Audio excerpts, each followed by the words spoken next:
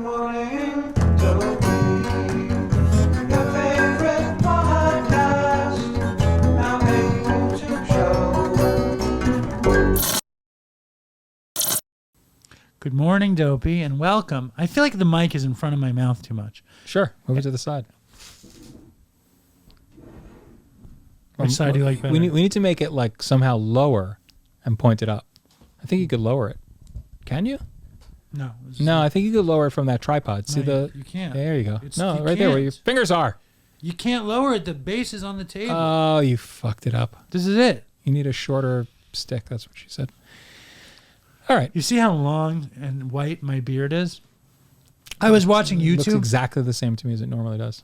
You think every ice cream tastes the same? Yeah. I was watching YouTube and they had an ad for a thing before the video. You know how they do that on YouTube? Pre-roll.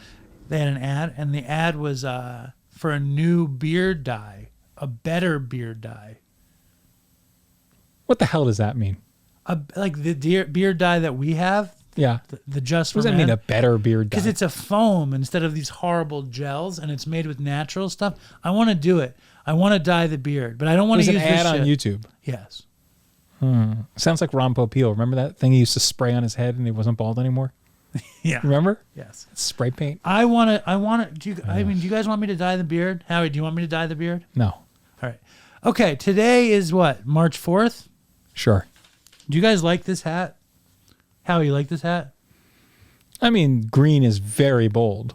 You don't like this hat. I like a trucker hat. Someone recently wrote me that they want a Dopey trucker hat that's green, and I wrote, "Well, I have a green Hold and my white beer. one." Huh? Hold my beer. What does that hold my beer? You never heard the expression "hold my beer"? What does that mean? It's like, I don't know. It's like the example you just gave. Like, oh, you want that? Guess what I happen to have. Well, I would give them this one. You I only would- have one of them? I think so. I would take it off my head, I'd put it in an envelope, and I'd ship it to him. It's an That's authentic. I mean, if you guys want this green and white hat, If you want a used green hat that's been on someone's head, will they sweat? all right, just enough. You think I'm sweating doing the show? I'm not sweating. I don't know. Let me smell it. Give me the hat off my head. It smells good. Anyways, enough. All right. Today's The fourth. March 4th. Weeding the garden. Oh, I was weeding quotes. No. Huh. The essence of all growth is a willingness to make a change for the better, and then an unremitting willingness to shoulder whatever responsibility this entails. By the time I had reached step 3, I had been freed of my dependence on alcohol, but bitter experience has shown me that continuous sobriety requires continuous effort. Every now and then I pause to take a good look at my progress. More and more of my garden is weeded each time I look, but each time I also find new weeds sprouting where I thought I had made my final pass with the blade. As I head back to get the newly sprouted weed, it's easier when they are young. I take a moment to admire how lush the growing vegetables and flowers are, and my labors are rewarded. My sobriety grows and bears fruit. I love this. That's a good one. I love this. Kind of like what we were talking Are about you before. a gardener? No, not success. I mean, I've done it before, but it's not. I love gardening. Yeah. And I'm happiest when I'm gardening. It's just so Very much meditative. work. Huh? It's very meditative, And but it it's- is a lot of work. It's so much work, but it's so exciting Yes. that you put these things in the ground Yes. and you take care of them. Yep. And then Yeah, you then have, you have tomato sauce. stuff. You know? Yes. I love that. There's a lot of downside, like you could just go to the store and buy the stuff. But it's exciting to No, it's grow more your own. rewarding to grow your own stuff. And It's so fun, and I've never been great at weeding the garden. I've never been great at weeding the garden. I've never taken the precautions necessary. Like I complain. Like every year, I mean, it's getting worse. Like when we moved into the house, Yeah. first summer we moved into the house, Chris died. Todd died right away. Susan was born the day we moved into the house.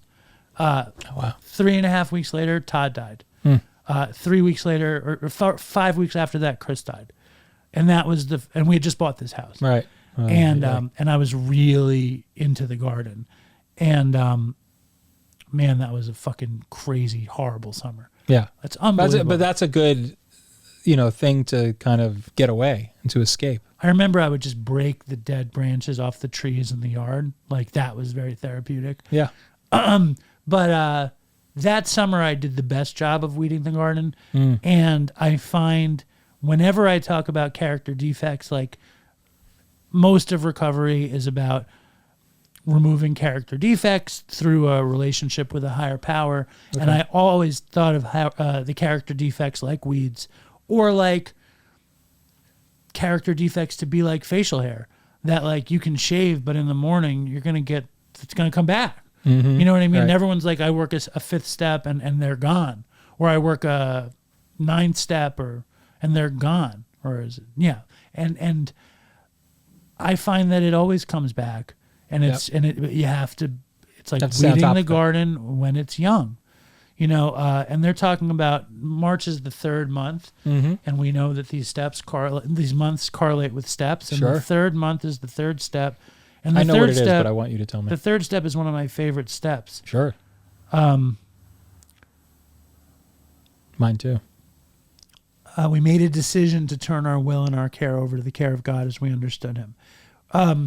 I always love that step, you know, not being a pious person and being somebody. Like when I got to AA, I never say that. When I got to 12-step, I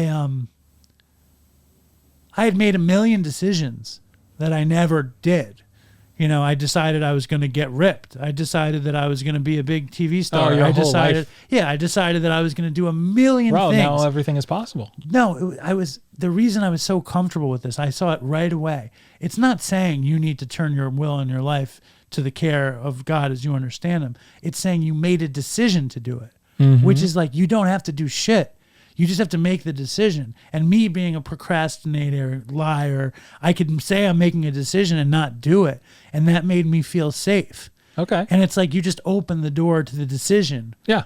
And then if you actually make the decision and you turn your will over to the care of some kind of higher power, good stuff can follow. But you don't need to just say, I'm doing it. Does that make sense to you? Yeah, you have to, I think it's about thinking positively, being open to the universe, providing these sort of possibilities for you. You're not blinded by, an obsession of this or an obsession of that. You're open to new things. It's almost like the same thing as saying yes to everything. But to me, it was the opposite. Oh. It was like... So I don't get it then. No, that's right. I think what you're saying is right for most people. Yeah. The thing that spoke to me was that I could be a bullshitter and be like, yeah, I'll make a decision. Because I make a lot of decisions that I don't do anyway. Right. It felt safe and but familiar. Just by making the decision. Well, but you felt better by making the decision, and step by step, got you here. I was comfortable in saying I was making a decision. Exactly.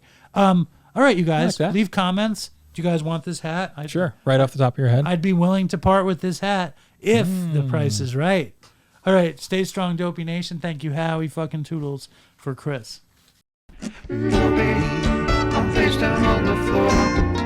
No, baby, please sir, can I have some more? No, baby.